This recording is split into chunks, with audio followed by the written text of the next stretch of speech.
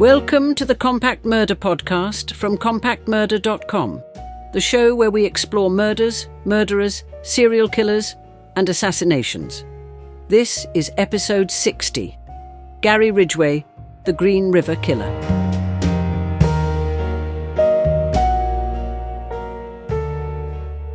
In the early 1980s, a thick cloud of fear settled over Seattle and its neighbouring communities.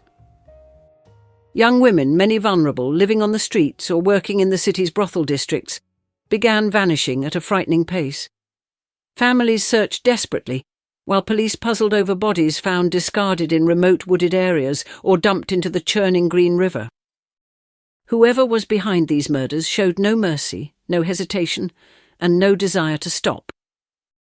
It would take nearly 20 years before investigators discovered that the man responsible was not a shadowy drifter or a figure lurking in the darkness. Instead, he was a married father, a commercial truck painter, a churchgoer who read the Bible, a quiet neighbour who kept his lawn perfectly trimmed. Gary Leon Ridgway, the man eventually known as the Green River Killer, became one of the most prolific serial murderers in American history. His crimes reveal a chilling truth. Evil does not always look like a monster. Sometimes it looks like the man next door. Gary Ridgway was born on the 18th of February, 1949, in Salt Lake City, Utah. By many accounts, his early home environment was turbulent. His mother was controlling and domineering. His father, a bus driver, often complained about sex workers, unknowingly planting in young Gary a twisted connection between anger and those he would later hunt. By his teens, Ridgway was already demonstrating deeply alarming behaviour. At age 16, he stabbed a 6-year-old boy, leaving him bleeding yet still alive. The attack showed no apparent motive, just a young man inflicting pain to see how it felt. Ridgway struggled academically, leaving high school near the bottom of his class. He enlisted in the Navy, where he reportedly visited sex workers regularly due to loneliness and insecurity. Later, he would develop a violent obsession with them that fueled his crimes.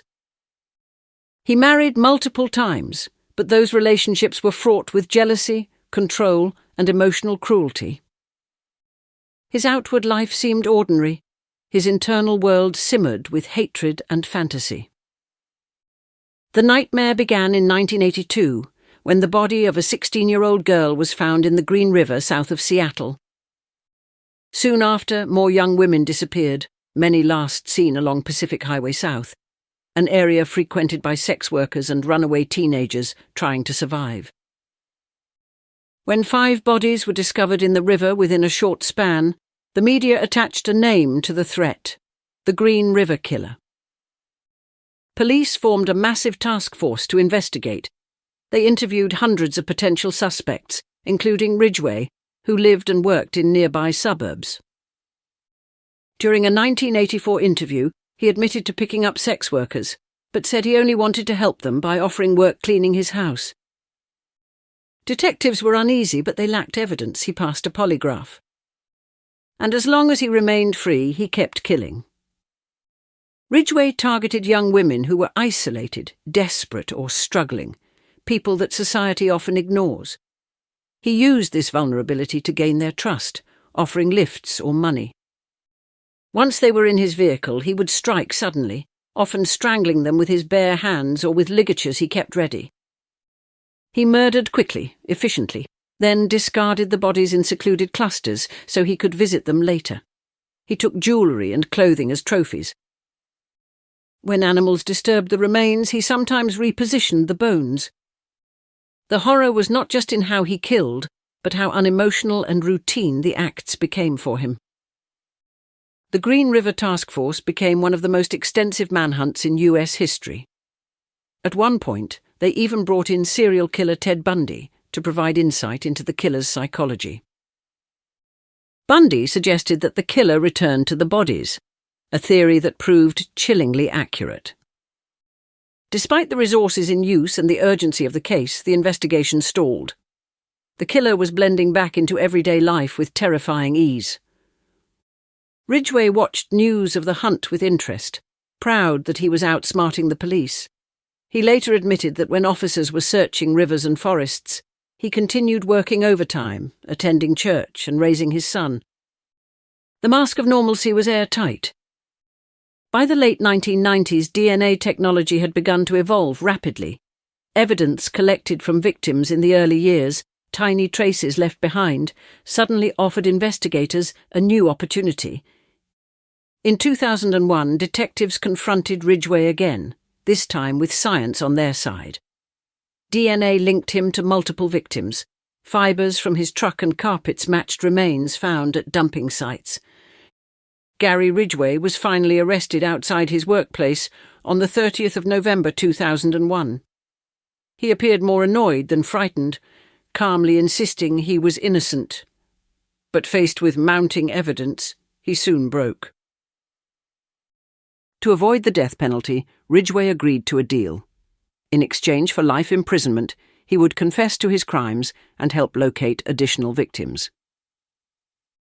Over months of interviews, detectives sat across from a man who murdered more than any serial killer in U.S. history. Ridgway spoke coldly, describing killing as casually as grocery shopping. He said murdering women gave him power. He admitted that he selected victims society looked down upon, believing their disappearances would not be noticed. It was calculated dehumanization. He eventually confessed to 49 murders. Investigators believe the actual number is likely 70 or even higher. Many victims remain unidentified, known only by physical markers and the places they were found. Ridgway's motivations were a disturbing mixture of rage, sexual compulsion, and a warped sense of judgment. He justified his violence by claiming he wanted to rid the world of prostitutes. Yet he continued to hire them, using their vulnerability as cover for his fantasies. He was not driven by a desire to be infamous. He was not chaotic or impulsive. He was chillingly ordinary. A predator who learned how to manipulate, charm, and camouflage himself in plain sight. That may be the most frightening thing about him. During Ridgway's sentencing in December 2003, the families of the victims finally confronted him. Some shouted in rage, others read heartbreaking tributes. One father expressed his grief by telling Ridgway he hoped he rotted in hell. Then came a moment no one expected. A victim's relative forgave him. Ridgway, who had remained emotionless throughout dozens of impact statements, began to cry. Evidence that even someone who murdered without conscience could still be shaken by compassion he did not deserve. But closure remained incomplete. Too many victims still lay unnamed. Too many lives ended without being counted in the public memory. Gary Ridgway received 48 life sentences without the possibility of parole, one for each confirmed murder at the time. For safety reasons, he was transferred to a high-security facility outside Washington state. He will spend the rest of his life under constant surveillance, stripped of the freedom he once wielded to prey on the vulnerable. He remains unrepentant for most of his crimes, offering only occasional hollow apologies. He is a living reminder of a terrifying truth. Some predators do not stand out. They hide within the patterns of everyday life.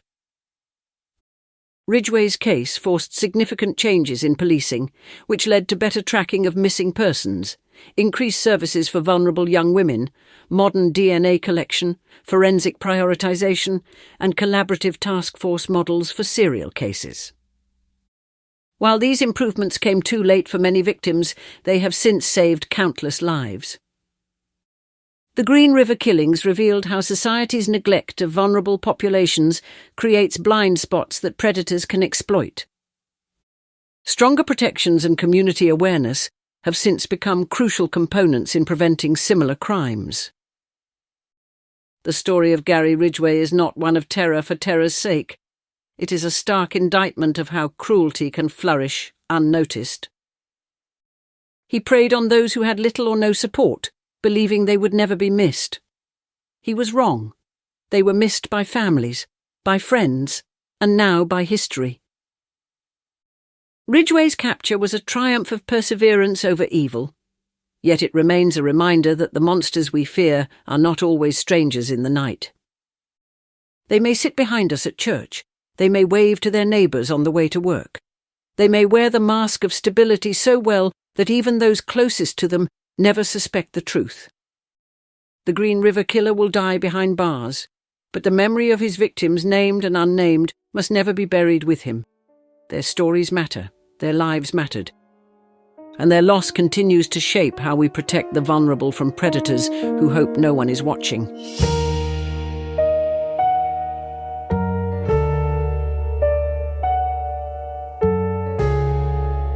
I hope you enjoyed that episode of the Compact Murder Podcast from compacthistories.com.